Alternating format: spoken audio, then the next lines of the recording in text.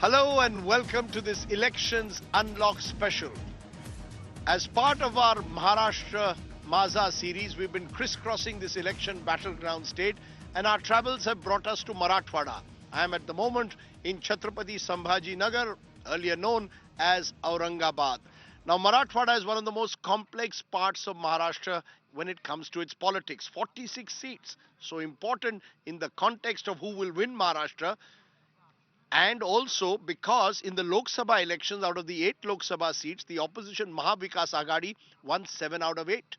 So therefore, the stakes are very high both for the opposition and for the BJP, which in 2019, along with the Shiv Sena, got a majority of the Vidhan Sabha seats here in Marathwada.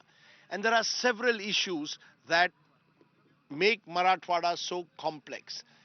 I tried to, for example, look at the crucial issue of Maratha reservations. Why do the Marathas want reservations? That's the issue that I raised in Jalna, which is where the agitation for Maratha reservations began. Listen in to the voices I heard on the streets of Jalna town.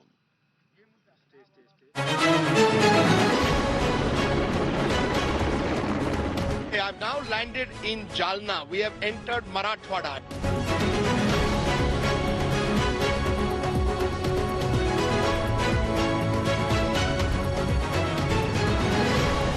नमस्कार, कसे आहात सगळे? आपण ओबीसीचे activist आहेत आणि मराठाचे पण आहेत, right? दोघं ओबीसी मराठा है। नहीं, आप हमें बताइए कि मराठा समाज जिस इतने सालों से पूरा डोमिनेट कर रहा है महाराष्ट्र के पॉलिटिक्स में, आपके मुख्यमंत्री हुए, आपके मंत्री हुए, फिर भी आप आरक्षण मांग रहे हैं। क्या जरूरत है आरक्षण की आपको? आज हमारे विद्यार्थी एक 2 मार्क्स से प्रदेश में अच्छी पढ़ाई करने के लिए आरक्षण के वजह से जा नहीं सकते। दूसरी बात, आरक्षण की वजह से नौकरी में जो लायबल है, खाली जो अनलायबल है। आपको केवल गवर्नमेंट जॉब चाहिए? पॉलिटिकल कोई नहीं चाहिए। नहीं, आपको केवल गवर्नमेंट जॉब चाहिए, आपको आरक्षण चाहिए। अगर आप नहीं, पर अगर आपको शिक्षा लेना है, उसमें फीस में अगर ओपन जाती है मराठा समाज को फीस बहुत लगती है, ओबीसी को SC ST को फीस कम लगती है। इसके वजह से हम बोल रहे हैं हमको शिक्षण में होना और नौकरी में भी होना। एक तो पिछले साल जरांगे पाटिल ने ये मुद्दा यहाँ उठाया था, मनोज जरांगे पाटिल अब खुद कह रहे हैं कि मैं इलेक्शन नहीं लड़ूंगा, तो इसका मतलब है कि कहीं ना कहीं वो भी पीछे हट गए हैं। मराठा आरक्षण का मुद्दा अभी भी चुनाव में मुद्दा है या नहीं है? चुनाव मुद्दा है। हमारा इलेक्शन का, जरंगे पाटिल का इलेक्शन का मुद्दा नहीं था। इसका गुमराह मत करो। हमारे को ओनली आरक्षण चाहिए। आपने बोला कि हमारे मराठा समाज के कुछ लीडर बने, PM बने, CM बने, लेकिन वो 10-5 लोग आए, लेकिन ये जो मराठा है, जो कौम है, वो गरीब तो गरीब ही है। जो पैसे वाले वो पैसे वाले। आप उन्हीं को वोट देंगे जो मराठा आरक्षण की बात करेगा? जो मराठा आरक्षण की बात करेंगे, हमको लिख के देंगे। सुनिए, मैं मराठा को मैं सपोर्ट कर रहा था, कोई नेता नहीं छाती ठोक के कहा। फिर ये बोल रहे इसको गिराएंगे, उसको गिराएंगे। ये सिर्फ नरेंद्र मोदी, एकनाथ शिंदे साहब इनको तकलीफ दे रहे बस।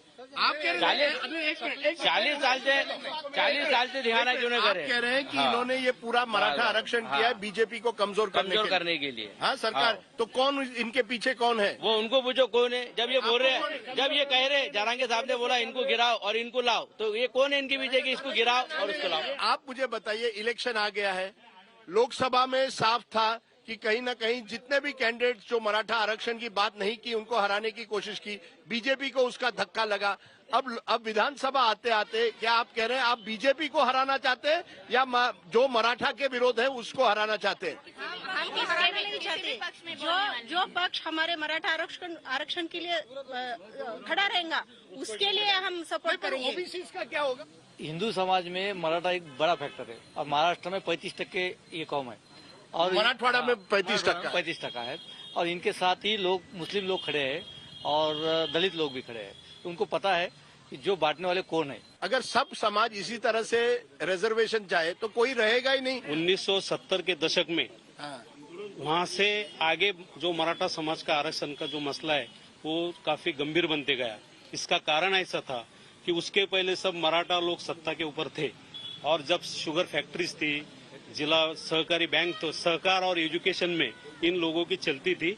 जब समाज को वहाँ पे संधि मिलती थी, लेकिन 70 के बाद में जो हुआ कि ये समाज को कहीं संधि नहीं मिली, एजुकेशन में भी नहीं और सर्विस में भी नहीं। ये बताइए, इसका राजनीतिक फायदा, ये तो झगड़ने लगेंगे, इसका फायदा किसको होने वाला है? ज्यादा फायदा महाविकास आघाड़ी को होगा। नहीं, लोकसभा में हुआ था क्या, विधानसभा में भी वैसे होगा? वैसे क्योंकि अब तो जरांगे पाटिल ने कहा मैं किसी को सपोर्ट नहीं कर रहा इसका इम्पैक्ट अभी तक है। मेजोरिटी में कोई सरकार आने वाली नहीं, महाराष्ट्र में कोई मेजोरिटी में कोई सरकार आने वाली नहीं। जानना की कोई स्पेशल मिसल या भेड़ होती है क्या, तो उसी तरह से सरकार भी बनेगी। हाँ, मिसल।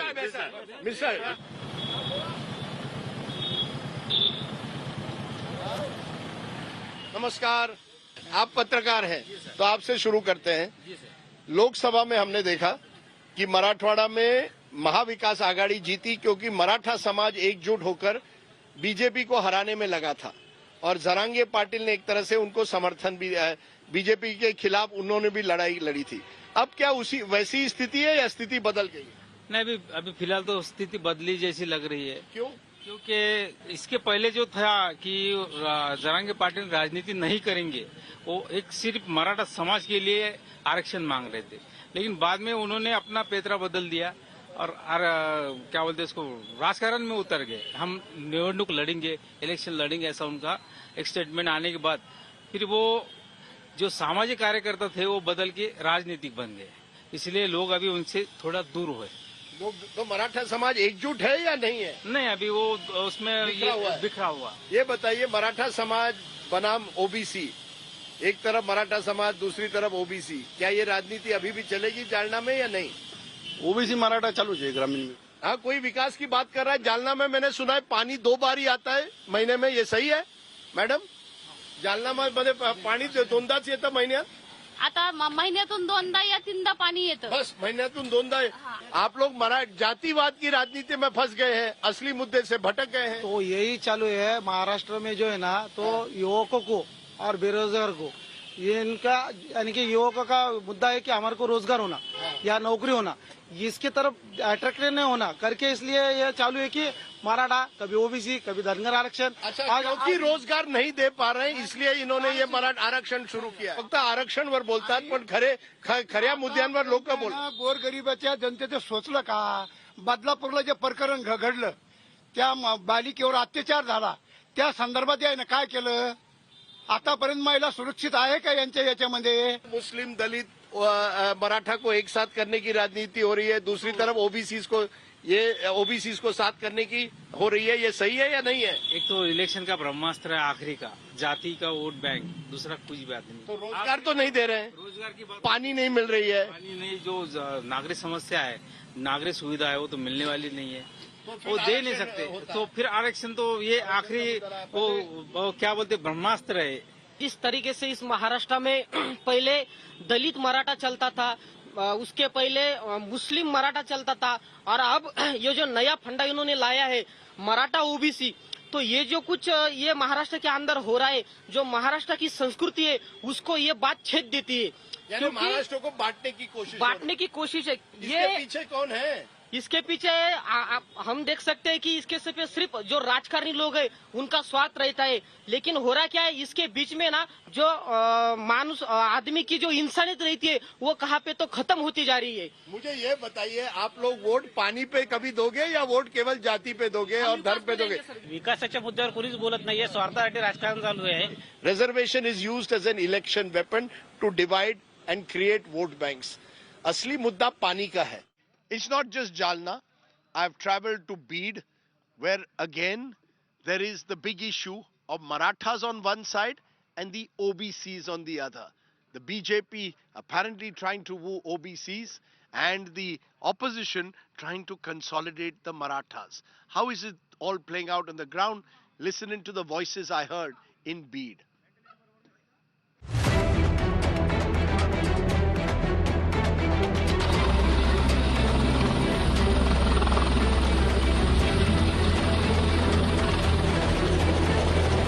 नमस्कार, बीडची जनता इथे आली आहेत का सगळे ऍक्टिव्हिस्ट? आप हमें बताइए, बीड में मराठा बनाम ओबीसी की राजनीति होने वाली है कि नहीं, जैसे लोकसभा में हमने देखा? राजनीती म्हणण्यापेक्षा आज 96च्या काळापासून मराठा आरक्षणचा विषय चालू आहे। तुम्ही त्याचे समर्थन करता का?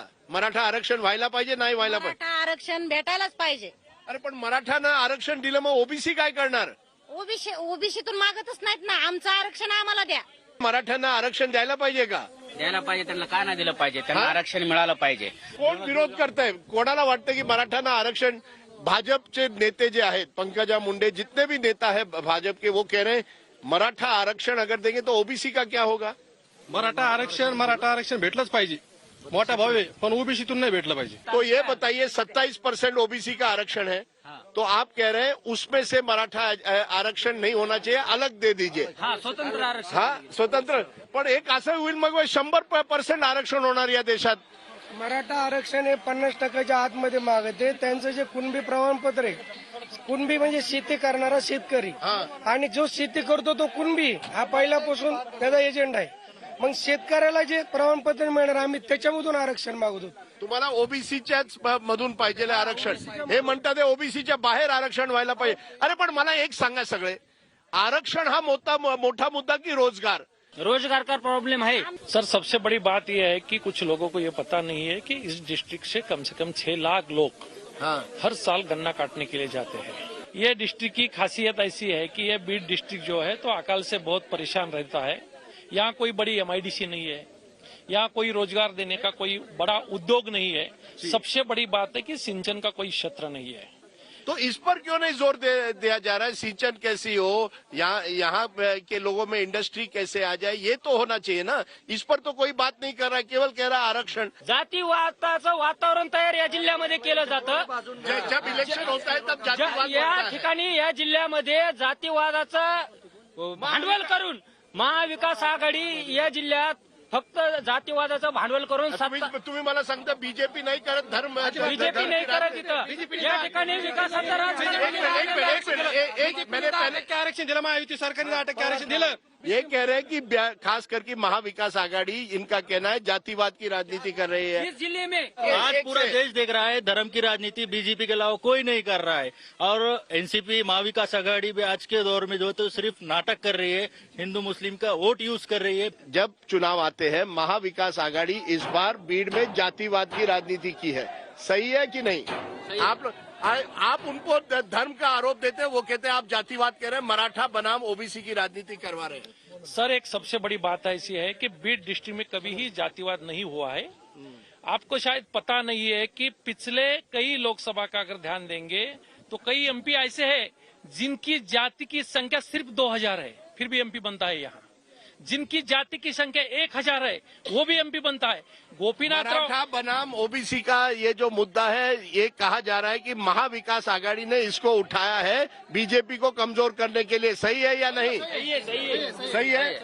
सही है कि नहीं? सही है. आप केवल जाति और धर्म पे क्यों कर रहे हैं राजनीति? बताता, ये भारतीय जनता पार्टी का एजेंडा है. इन्होंने बीड में विकास का कोई प्रोजेक्ट नहीं किया है, इसीलिए इस देश का ये हाल है.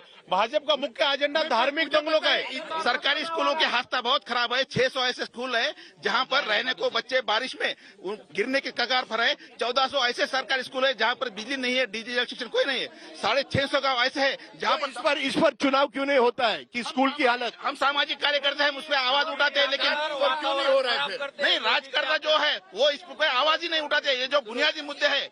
मी आपल्याला एक सामान्य माणसाचा सामान्य प्रश्न विचारतोय. शिक्षा, पाणी, रोजगार, ह्याच्यावरती कोण काय बोलत नाही.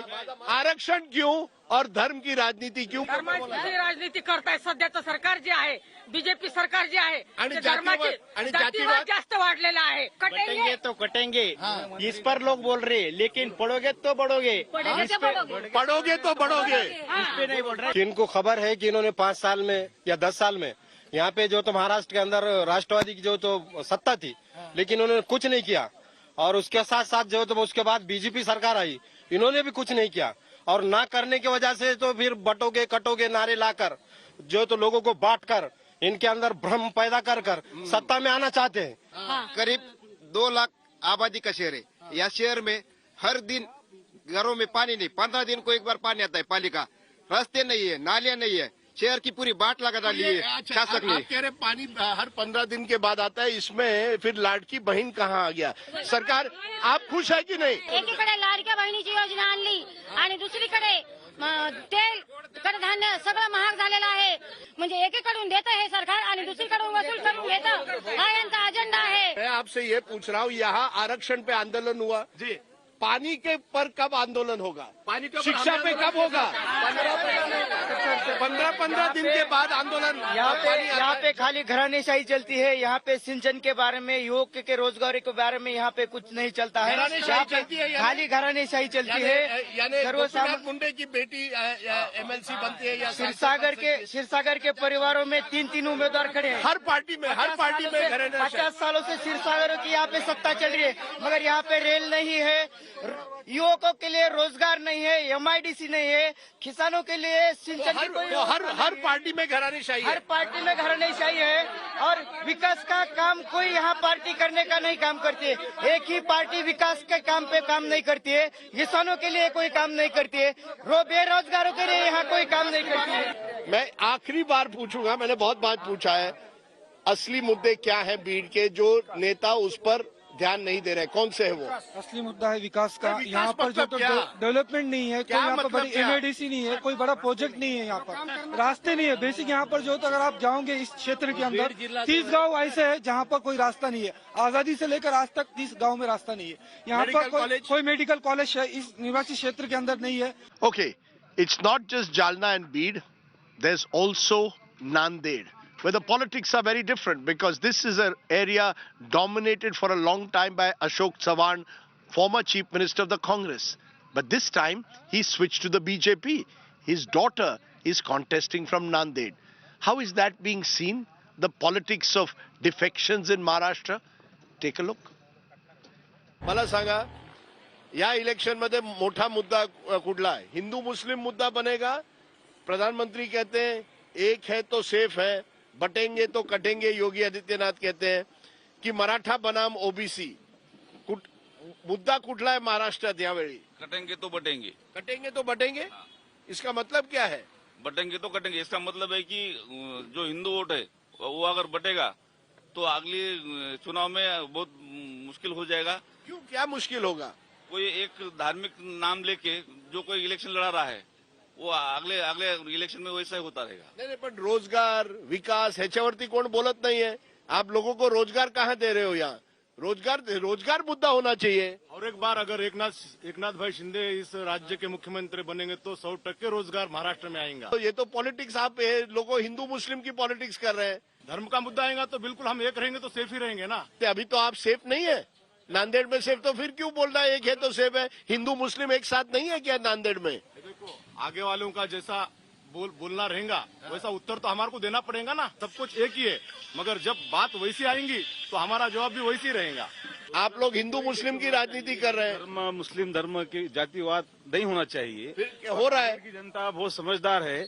यहाँ पे नांदेड़ की जनता, यहाँ हिंदू मुस्लिम सब भाई भाई की तरह रहते हैं और यहाँ का इलेक्शन पुरोगामी विचार के आधार पर होने वाला है। हिंदू मुस्लिम की राजनीति चलेगी या नहीं चलेगी? लगाने वाले भड़वेगिरी लोग आए, हिंदू मुस्लिम कोई नहीं है। यहाँ कोई धर्म की राजनीति ज्यादा चलती है या लोग विकास के नाम पे बात करते हैं? जिन लोगों को अपना घर भरना है उन्होंने धर्म की राजनीति कर रहे हैं और जिन लोगों को विकास करना है, जिनको देश की तरक्की कराना है, वो लोग अपना काम कर रहे हैं। पर इस पर फिर वोट क्यों नहीं होते? अशोक चौहान इतने सालों तक तो जीत कर आ रहे थे, वो कांग्रेस में थे, अब बीजेपी में चले गए हैं। कभी इन मुद्दों पर बात हुई है कि रोजगार कैसे मिलेगा लोगों को, या केवल चुनाव आते आते हिंदू मुस्लिम हो जाता है या मराठा बनाम OBC हो जाता है? नहीं, चुनाव आते आते बेरोजगारी की कोई बात होती नहीं है और हिंदू मुस्लिम होने की वजह से जो है जज्बाती वोट जो है, जो समझदार लोग नहीं होते, जो जज्बात भोले भाले लोग होते हैं, वो जो है अपने जो जातिवाद इलेक्शन लड़ते हैं उनको वोट देते हैं। मराठा, OBC, मुस्लिम, दलित ये जाग चुका है, समझ चुका है इनकी नीयत तो क्या है और आप डट के वोट देंगे। प्रधानमंत्री कहते हैं एक है तो सेफ है, जब नांदेड़ आते हैं इसका मतलब क्या है? कोई गलत नहीं बोले इसमें, ऐसा गलत शब्द निकाल, उसका अर्थ गलत निकाल रहे हैं। ये गलत शब्द कुछ भी नहीं है इसके अंदर। प्रधानमंत्री यहाँ आते हैं नांदेड़ में और वो कहते हैं एक है तो सेफ है। किस तरह से देखते हैं आप? हम सेफ है। अगर प्रधानमंत्री है तो हम सेफ है। नहीं तो आज जो योगी जी ने बोले बटोगे तो कटोगे, तो ये हकीकत होगी। कटोगे तो कटोगे, ये सही है या केवल धर्म को लोगों को बांटने की कोशिश है? करेक्ट है, बिल्कुल सही है। देशाचं संरक्षण करणं महत्वाचं आहे. हा, देशाचं मोदी सारखा विकास कोणीच केला नाही. नाही, संरक्षणवर तुम्ही वोट देणार की महागाईवर? आम्ही विकासावर वोट देणार, संरक्षणावर. विकास झाला. Okay, you've heard of various voices on this show from Marathwada, but I want to introduce you to a voice who I believe understands this area better than anyone else. He's an old friend of mine, a senior journalist. Sanjeev Unale now joins me here in Chhatrapati Sambhaji Nagar. Welcome, Sanjeev. What is it about Marathwada that makes it so complicated? Because of the reservation politics of Marathas on one side, OBCs on the other. Try and explain it to our viewers. Try and simplify it. Why is Marathwada so complicated? The social fabric of Marathwada, it has been completely disturbed. It is only because the Maratha agitation became so strong that the lower caste Marathas, they want reservations. Marathas about 30-35% of Marathwada? More than 50%. They are having more than 50% in Marathwada region, and it is very lamenting that in Marathwada there is no reservation. In Vidarbha they are known as Kunbi, but that Kunbi reservation is not present in Marathwada region. They want to be a Kunbi again so that they can be included and inducted in OBC. But explain to me, suddenly out of nowhere, somebody called Manoj Zarange Patil comes into politics, or appears to come into politics, does a fast in September of 2023, and now I find every politician is trying to appeal to him, woo him. Sharad Pawar, Eknath Shinde, everyone wants to reach out to him. ये क्या है Zarange Patil factor? It had all happened with the one lathi charge. एक लाठी charge हुआ जब उसका fast था और फास्ट पे बैठने पे बाद उनको सब तरीके से करने लगा. Basically, it has been propagated by political peoples. This entire reservation is being propagated by people. But where are the government jobs for reservations? You know, I'm asking people, they say there are no jobs. Despite any jobs or anything else in the hand, they propagated the elections like anything, politics like anything. यहाँ के जो chief minister है एकनाथ जी शिंदे, उनको तो ऐसे है कि जरांगे उनके ही है जिस तरीके से है. एक आपको मसला बताता हूँ कि जो छत्रपति संभाजी नगर है, ये संभाजी नगर में उनको कहा गया कि दो कैंडिडेट है, एक संदीपान बुमरे और दूसरे विनोद पाटिल. विनोद पाटिल उन्होंने एजिटेशन किया था मराठा के लिए, तो जरांगे पाटिल ने कहा कि नो आई वांट संदीपान मामा, and Sandipan Bumre became within 8 days with the support of Marathas only, he became the MP here. So that is the power that the Marathas have had in the... But now we are in Vidhan Sabha, 5 months later, and I'm asking myself, will that same agitation sustain? Aren't there other issues, agrarian distress, price of soya bean, price of cotton? Nobody seems to be talking that much about them, at least in their public gatherings, but those are the real issues I'm finding on the ground. Will those become the real issues in this election now? ये election में दो issues है. एक तरफ है महंगाई और रोजगारी नहीं. जैसे यहाँ कहते हैं तालीम रही अधूरी, मिलती नहीं मजूरी, सड़कों पे फिर रहा है कारवां हमारा.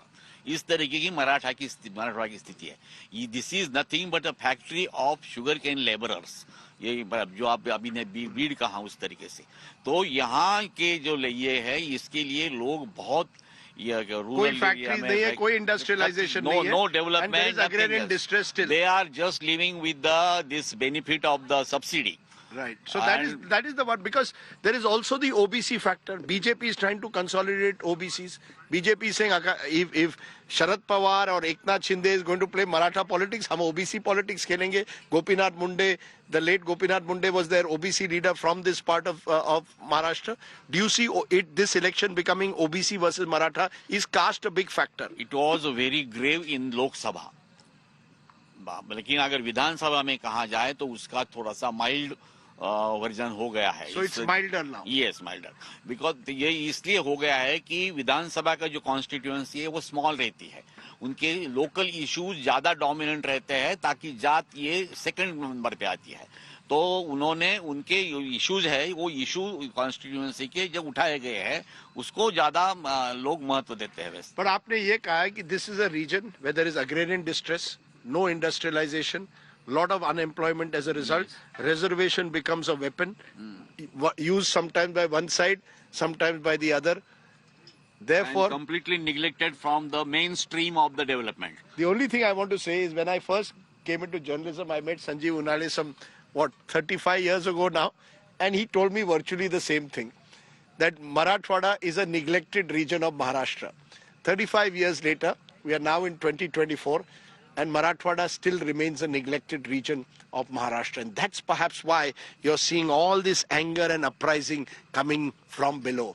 Reservation, as I heard on the streets, becomes the Brahmastra when you can't give Rozgar.